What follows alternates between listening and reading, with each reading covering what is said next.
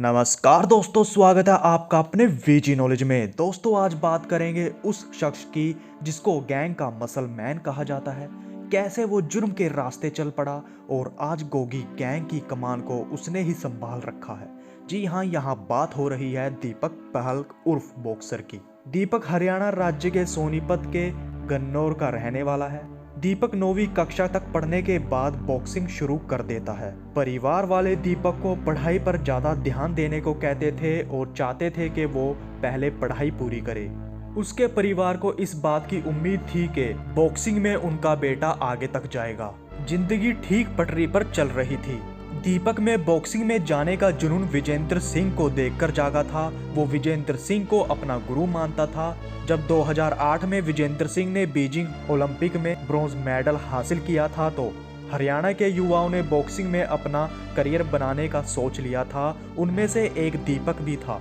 दीपक को sports authority of India ने सोनीपत में बने अपने सेंटर में उसको ट्रेनिंग के लिए चुन लिया था। दीपक ने 15 साल की उम्र में बॉक्सिंग शुरू की थी और 16 साल की उम्र में उसका बॉक्सिंग ट्रेनिंग सेंटर में सिलेक्शन हो जाता है।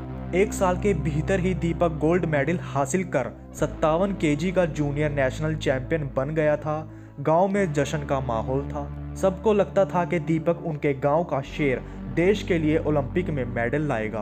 दीपक ने जूनियर नेशनल चैंपियन का खिताब बेहतरीन प्लेयर मनीष कौशिक और अमित पंघाल के रहते हुए हासिल किया था। कोच भी दीपक को सबसे ऊपर मानते थे, लेकिन वो कहते हैं ना, किस्मत आसमान से लाकर कब धरती पर पटक दे कुछ पता नहीं होता।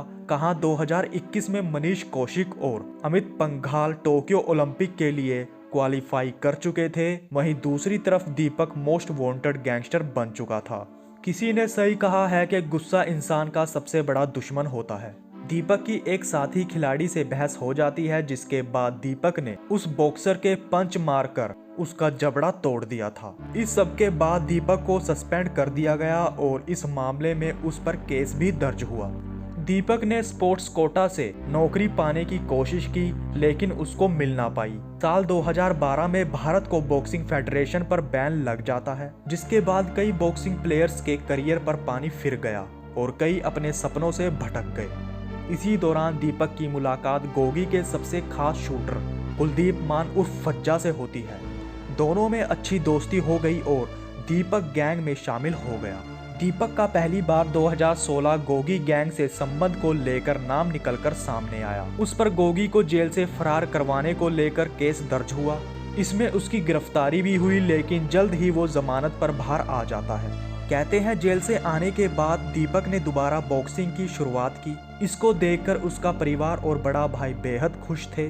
साल 2018 में दीपक घर के पास के स्टेडियम में प्रैक्टिस कर रहा था, तो तभी परिवार को पता चला कि दीपक पर Maharashtra control of organised crime act के तहत शिकायत दर्ज की गई है। उस पर गोगी को जेल से रिहा करने का आरोप लगाया गया और जबरन वसूली और डकैती के जैसे कई मामले उस पर दर्ज हुए।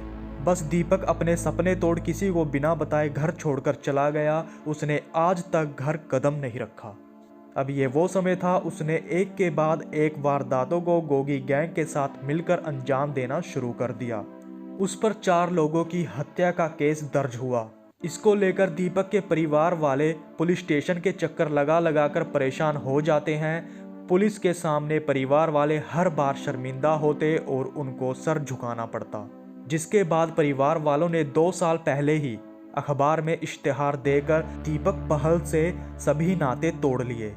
कहते हैं गोगी धाकड़ बॉक्सर और पहलवान जैसे व्यक्तियों को अपनी गैंग में शामिल करता था और यही वो कारण है गोगी गैंग का लोगों में दबदबा माना जाता है।